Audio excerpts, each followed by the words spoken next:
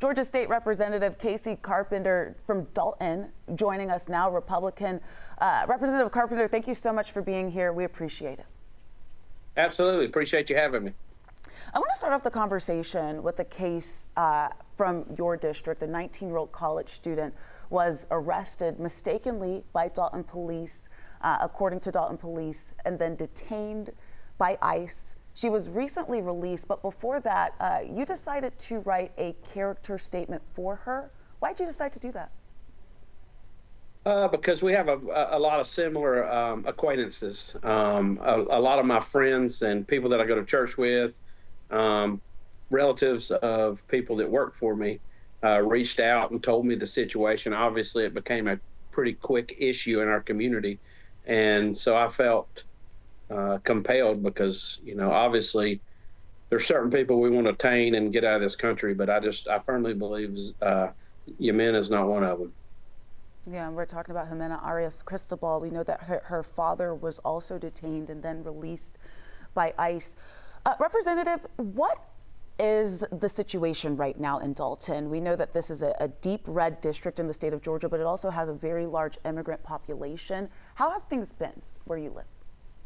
Yeah, I don't think this is specific to Dalton. I think you're seeing it statewide. I just think you saw a community that wrapped their arms around a young lady that they know, and they know that's a valued member of our society up here. But it's happening all over the United States. Unfortunately, good people that have been here for a really long time are getting caught up in the deportation. When in reality we all thought it was going to be about hardened criminals and getting bad people out of the United States, which I think everybody supports. But unfortunately, you can't. Law enforcement doesn't have the ability to make that decision. And I'm glad that you brought that up, because we know that President Trump campaigned very hard on this issue during his run for his second presidency. Was this an issue that you supported throughout his campaign?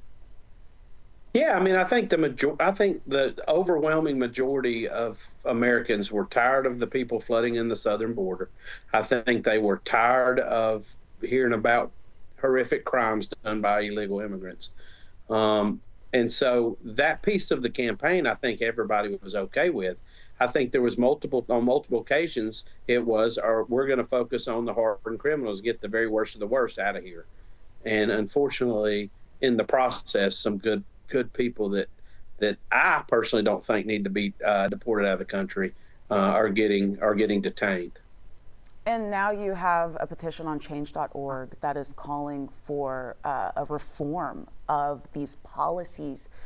What do you want to see done? Yeah, so we put the petition out because the reality is, over the last 20 years, Republicans and Democrats have kicked the can on immigration, and they use it as fear-mongering in elections, fundraising opportunities. And I'm saying, listen, let's solve the issue once and for all. But you can't do just one piece of it and solve it. You got to secure the border. You've got to get the bad people out of here. You've got to provide a pathway for people that have been here for a decade. And then you've got to speed the process up for people that are trying to get here. If we do all four of those things at the same time in the same piece of legislation, then there's an opportunity for real change that I think the overwhelming majority of Americans could support. But unfortunately, the word bipartisanism is a dirty word in Washington and most places. And I think it's important that people take their letter off their name and make the best decision for America and Americans. Can I ask you this? Let's start statewide, because that is where you have pull here as a state representative. That's right. Is there a path for that? Obviously, session is over now, but when you all return, is there a path for something like that here in Georgia? We're handcuffed as a state because it's all federal policy. There are a few things we can do at the state. I would call on my colleagues in the House and the Senate to revisit House Bill 1105. I was the only Republican that voted against it at the time because my fear was exactly what's playing out now, that good people were going to be pulled over for busted taillights and get detained. And so I would call on my colleagues in the House and Senate to revisit that legislation, change it to they're required to detain people that are arrested for felonies and that are arrested for high and aggravated misdemeanors, people that are a danger to society, not people that are simply turning right on red. And I think if we make that step as a state, that's all we can do as a state, and then push on Congress to get off their butts and address this issue. And we know that your Congresswoman Marjorie Taylor Greene has been extremely vocal on this issue as well. What is your message to her? I just asked her to use her clout. I mean, she's in a great position in the Republican Party to really push change on this. And I know that she moved into the district and moved to Rome and ran in the district, and she's represented us.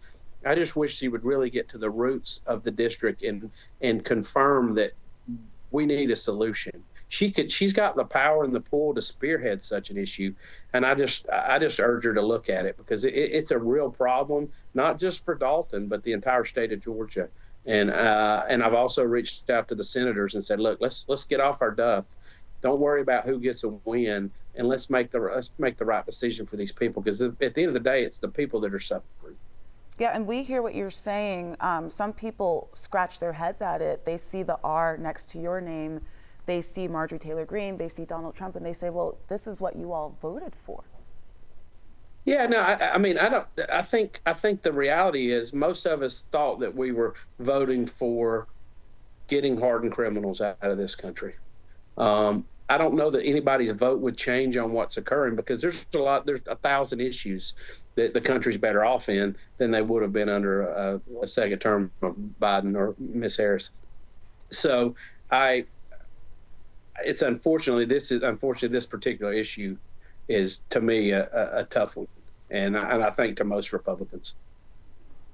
Representative Carpenter, thank you so much for your time. We truly appreciate it. Absolutely. Thanks for what you do.